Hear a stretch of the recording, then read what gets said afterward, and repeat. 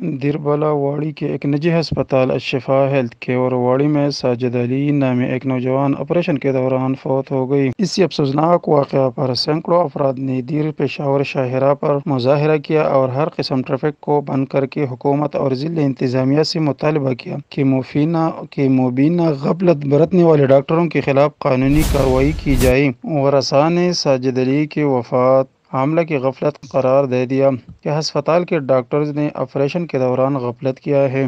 महमूद जान, internee reporter, the reporter, दीरवाला।